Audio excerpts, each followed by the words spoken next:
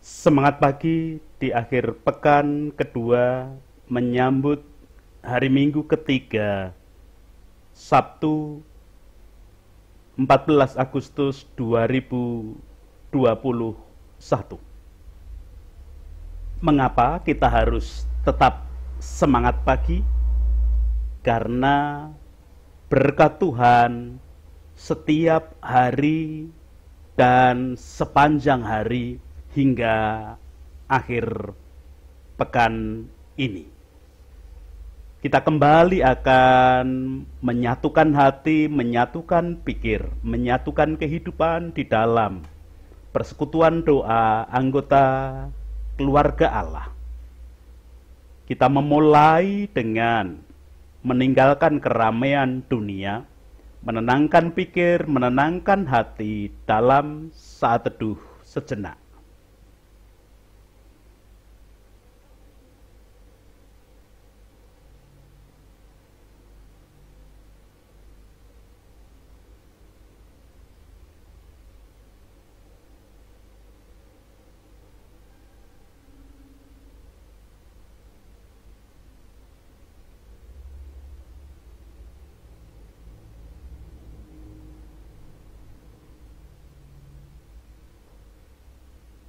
Pertolongan kita hanya berasal dari Allah yang telah menciptakan langit, bumi, beserta segala isinya. Untuk itu kasih karunia dan damai sejahtera yang dari Allah Bapa kita dan Tuhan Yesus Kristus ada pada saudara sekalian. Amin. Anggota keluarga Allah, setelah sepanjang pekan ini setidaknya setiap hari dari pagi sampai petang kita menikmati berkat-berkat Tuhan dan kita menentukan keyakinan iman kita. Hari ini kita akan kembali menerima bimbingan arahan dari Tuhan melalui perenungan sabda yang sekalipun di akhir pekan ini kita gunakan sebagai evaluasi diri setidaknya selama sepekan yang sudah kita jalani. Bagaimana kita menentukan keyakinan kita ketika kita menyembah kepada Tuhan. Adapun perenungan sabda hari ini menggunakan tema dan judul Gayuk-gayuk tuno, gayuh-gayuh luput. Oh no! Anggota keluarga Allah, kata gayuk dalam bahasa Jawa berarti tangan yang menggapai sesuatu. Gayuk-gayuk tuno berarti mengambil sesuatu yang sudah terpegang, tetapi malah mengalami kerugian. Contohnya, ketika akan mengambil penghapus pensil yang berada di atas meja. Karena mata sambil memperhatikan tempat lain, maka tangan memegang sesuatu yang seperti penghapus pensil. Namun, setelah diambil ternyata bukannya penghapus pensil, melainkan potongan busa yang berbau pesing karena habis dikencingin tikus. Tentu hal yang demikian sangat merugikan. Itu contoh gayuk-gayuk tuno. Hal yang sudah ada bisa terpegang tetapi karena tidak fokus, tidak konsentrasi akhirnya justru rugi sendiri. Berikutnya adalah kata gayuh. Dalam bahasa Jawa berarti berusaha menggapai barang yang berada di atas dan barangnya sebenarnya kelihatan. Gayuh-gayuh luput berarti sudah berusaha menggapai barang yang kelihatan tetapi tidak mendapatkannya. Hal tersebut bisa terjadi karena yang digunakan untuk mengambil tidak sampai atau barangnya terlanjur hilang. Contohnya, seseorang yang akan mengambil buah mangga, tetapi galah atau gotrek yang digunakan tidak bisa menggapai. Atau kalaupun galah gotreknya bisa menggapai, namun buah kemudian jatuh ke dalam comberan, maka mangga tidak bisa dimakan. Tentu hal yang demikian menjadikan kekecewaan. Peribahasa Jawa gayuk-gayuk tuno, gayuh-gayuh luput. Berarti segala sesuatu yang diinginkan tidak bisa tercapai, bahkan kemudian mengalami kerugian besar. Tentu ada banyak hal yang menyebabkan apa yang diinginkan atau dicita-citakan oleh seseorang tidak tercapai. Bisa karena keteledoran, bisa karena ketidakseimbangan antara kemampuan dan cita-cita.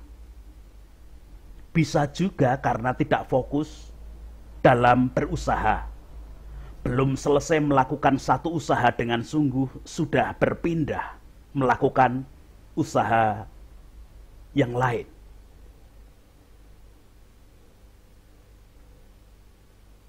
Tentu tidak ada orang yang ingin gayuk-gayuk tuno, gayuh-gayuh luput di dalam kehidupan beriman atau di dalam penyembahannya kepada Tuhan. Bukankah orang menyembah Tuhan, orang beriman itu memiliki cita-cita untuk menggapai keselamatan atau surga, setidaknya menggapai damai sejahtera?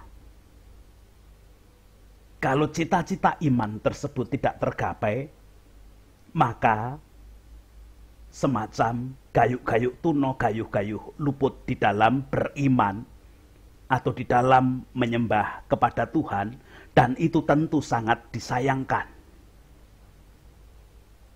Orang yang meyakini sesuatu yang belum pasti, bagai gayuk-gayuk tuno, gayuh-gayuh luput. Anggota keluarga Allah, Yesus pernah mengungkapkan agar penyembahan kepada Tuhan jangan bagai gayuk-gayuk tuno, gayuh-gayuh luput. Hari ini kita akan terlebih dahulu memperhatikan bacaan Injil yang berisi tentang peringatan Yesus tersebut. Injil Yesus Kristus menurut Yohanes pasal yang keempat, ayat 7 sampai 26 memberikan kesaksian demikian. Maka datanglah seorang perempuan Samaria hendak menimba air. Kata Yesus kepadanya, "Berilah aku minum." Sebab murid-muridnya telah pergi ke kota membeli makanan. Maka kata perempuan Samaria itu kepadanya, "Masakan engkau seorang Yahudi minta minum kepadaku seorang Samaria?" Sebab orang Yahudi tidak bergaul dengan orang Samaria. Jawab Yesus kepadanya, "Jikalau engkau tahu tentang karunia Allah, dan siapakah dia yang berkata kepadamu, 'Berilah aku minum,' niscaya engkau telah meminta kepadanya, dan ia telah memberikan kepadamu air hidup." Kata perempuan itu kepadanya, "Tuhan, engkau tidak punya timba, dan sumur ini amat dalam. Dari manakah engkau memperoleh air hidup itu? Adakah engkau lebih besar daripada bapa kami Yakub yang memberikan sumur ini kepada kami, dan yang telah minum sendiri dari dalamnya, ia serta anak-anaknya dan ternaknya?" Jawab Yesus kepadanya, barang siapa minum air ini, ia akan haus lagi. Tetapi barang siapa minum air yang akan kuberikan kepadanya, ia tidak akan haus untuk selama-lamanya. Sebaliknya, air yang kuberikan kepadanya akan menjadi mata air di dalam dirinya yang terus-menerus memancar sampai kepada hidup yang kekal. Kata perempuan itu kepadanya, Tuhan, berikanlah aku air itu supaya aku tidak haus dan tidak usah datang lagi ke sini untuk menimba air. Kata Yesus kepadanya, pergilah, panggillah suamimu datang ke sini. Kata perempuan itu, aku tidak mempunyai suami. Kata Yesus kepadanya, tepat katamu bahwa engkau tidak mempunyai suami, sebab engkau sudah mempunyai 5 suami, dan yang ada sekarang padamu bukanlah suamimu. Dalam hal ini engkau berkata benar. Kata perempuan itu kepadanya, Tuhan, nyata sekarang padaku bahwa engkau seorang nabi. Nenek moyang kami menyembah di atas gunung ini, tetapi kamu katakan bahwa Yerusalemlah tempat orang menyembah. Kata Yesus kepadanya, percayalah kepadaku, hai perempuan.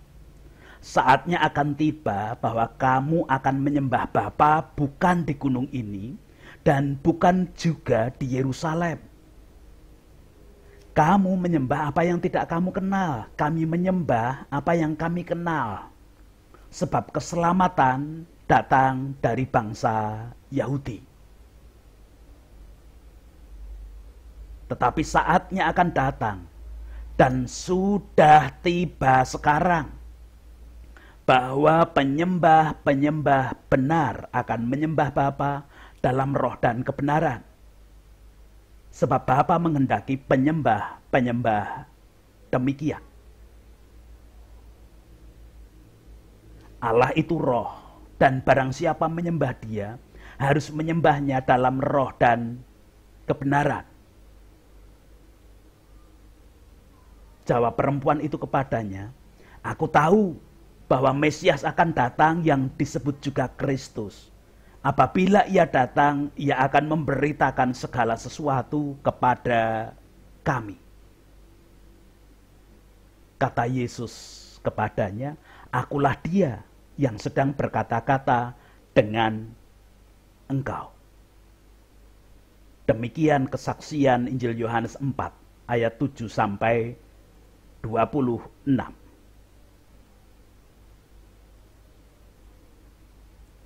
Anggota keluarga Allah, ungkapan peringatan Yesus tentang gayuk-gayuk tuno, gayuh-gayuh luput dalam menyembah Tuhan kita temukan dalam wawancara dengan perempuan Samaria dalam bacaan Yohanes 4 ayat 7 sampai 26 tadi. Terutama di dalam ayat 21 yang demikian. Kata Yesus kepadanya, percayalah kepadaku hai perempuan, saatnya akan tiba bahwa kamu menyembah Bapa bukan di gunung ini dan bukan juga di Yerusalem. Anggota keluarga Allah, kalau kita perhatikan dengan sungguh ungkapan Yesus dalam ayat 21 tadi, sebenarnya kita menemukan tidak hanya orang Samaria yang gayuk-gayuk tuno, gayuh-gayuh luput di dalam penyembahan kepada Tuhan, melainkan juga orang-orang Yahudi.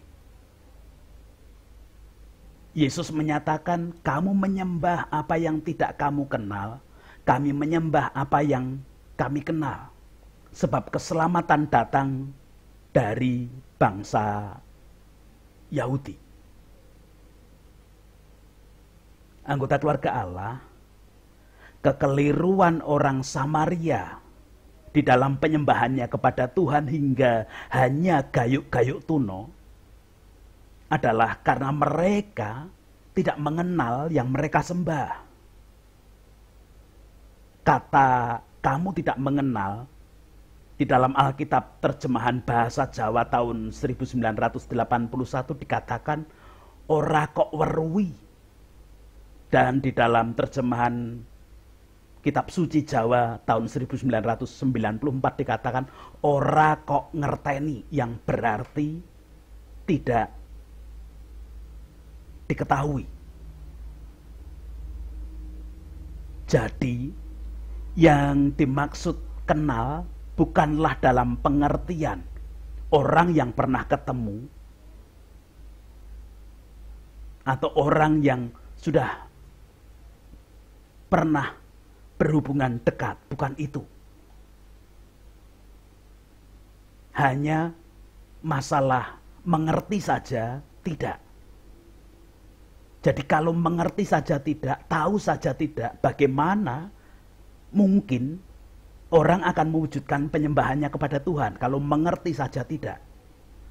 Jangan-jangan kalau menyembah Tuhan hanya dengan cara meraba-raba, mencari-cari tanpa mengetahui, tanpa mengerti, bisa-bisa seperti contoh di depan tadi, mencari penghapus pensil malah mendapatkan potongan busa yang berbau pesing karena dikencingin tikus tadi.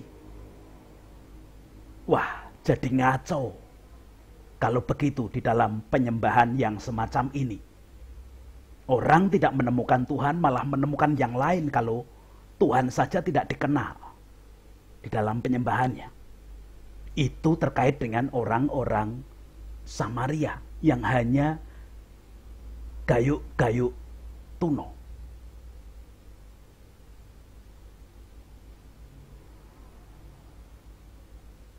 Terkait dengan orang Yahudi. Memang orang Yahudi mengenal Tuhan. Karena keselamatan datang dari bangsa Yahudi. Tetapi penyembahan mereka kepada Tuhan juga hanya gayuh-gayuh luput. Mereka mengetahui ada Tuhan, tetapi cara mereka menggapainya tidak sampai. Mengapa? Karena mereka merasa benar sendiri.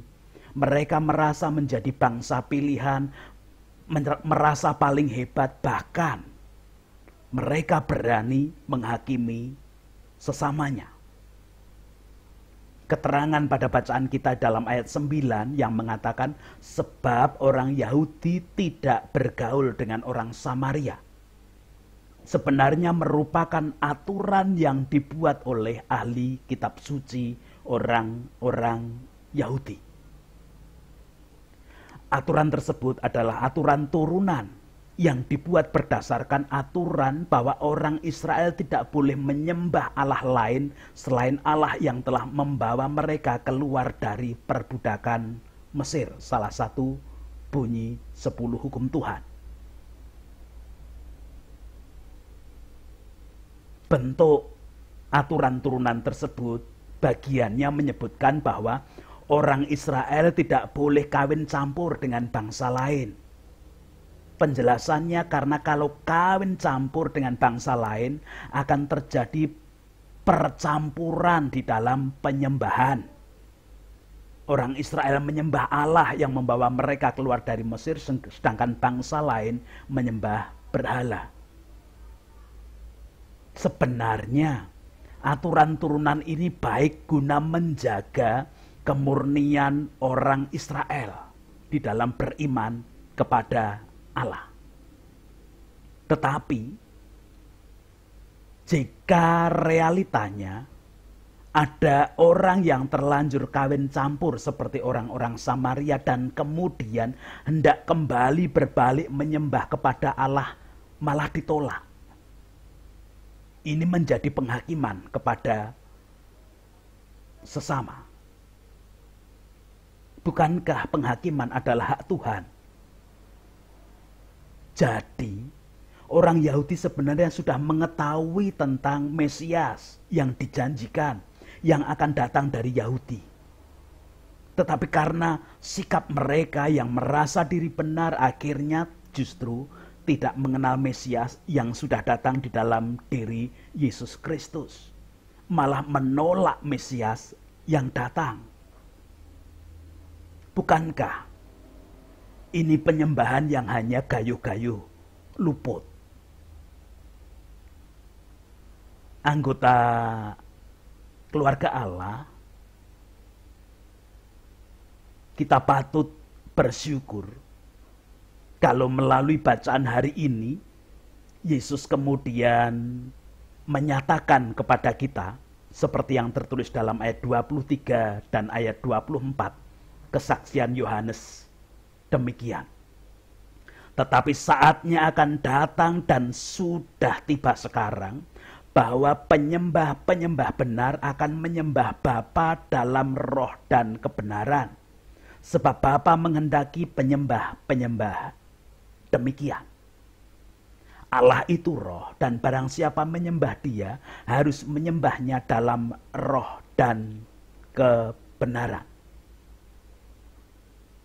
Anggota keluarga Allah, pernyataan Yesus ini merupakan kunci penyembahan yang benar, agar tidak hanya gayuk-gayuk tuno, gayuh-gayuh luput. Menyembah Allah dalam roh dan kebenaran berarti roh yang ada dalam diri kita bersedia dikuasai oleh roh Allah. Dan kemudian dalam kuasa roh Allah, daging kita menuruti kehendak roh yang kita miliki tadi. Karena roh Allah pasti menunjukkan tentang kebenaran sejati, maka roh kita meyakini dan menyesuaikan dengan kehendak roh Allah itu. Daging atau jasmani kita yang mau mengikuti roh yang dituntun oleh roh Allah, itulah penyembahan yang benar. Jangan sampai terbalik, dan jangan pernah dibalik, justru roh kita yang menuruti keinginan daging atau keinginan jasmani, hanya menuruti nafsu-nafsu duniawi. Jangan pernah dibalik demikian. Namun biarkanlah roh kita dikuasai oleh roh Allah, karena kita sudah menerimanya dari Yesus Kristus. Dan kemudian keinginan daging kita, keinginan jasmani kita justru menuruti keinginan roh untuk selalu menyembah Allah dengan benar. Berbahagialah setiap anggota keluarga Allah yang menerima sabda hari ini, bukan hanya sebagai sabda yang menolong ke depan, tetapi juga sabda sebagai peringatan, bahan evaluasi sejauh mana selama ini kita menyembah kepada Tuhan. Amin.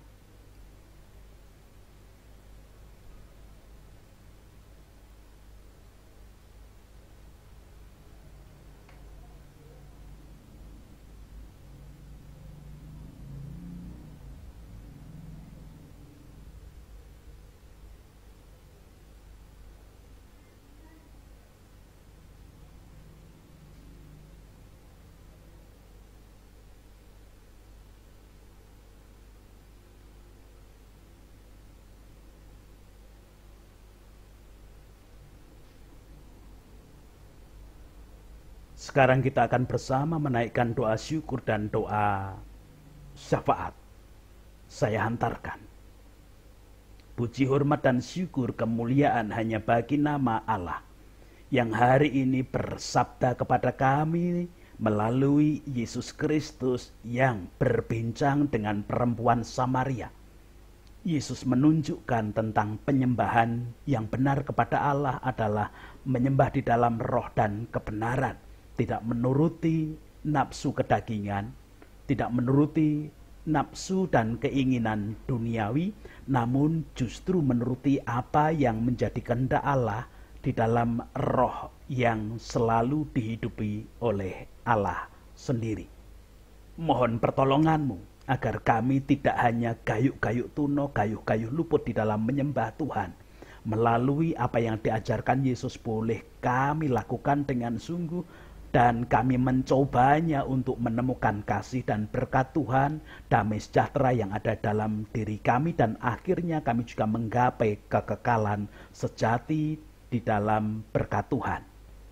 Untuk itu kami menyerahkan apapun aktivitas dan kegiatan kerja kami hari ini. Apapun yang kami lakukan lewat tangan, mulut, mata, telinga, kaki, hati kami yang merasakan, dan semua organ tubuh kami boleh menggunakannya untuk takut kepada Allah, mewujudkan kehendak Allah, puji kemuliaan hanya kepada Allah saja.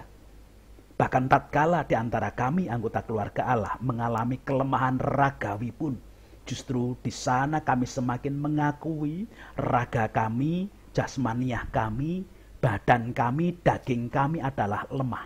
Namun roh kami selalu dikuatkan untuk mengikuti apa yang menjadi kehendak Allah. Dengan demikian kami boleh menyembah di dalam roh dan kebenaran hanya kepada Allah saja yang menolong menuntun pada kebenaran sejati.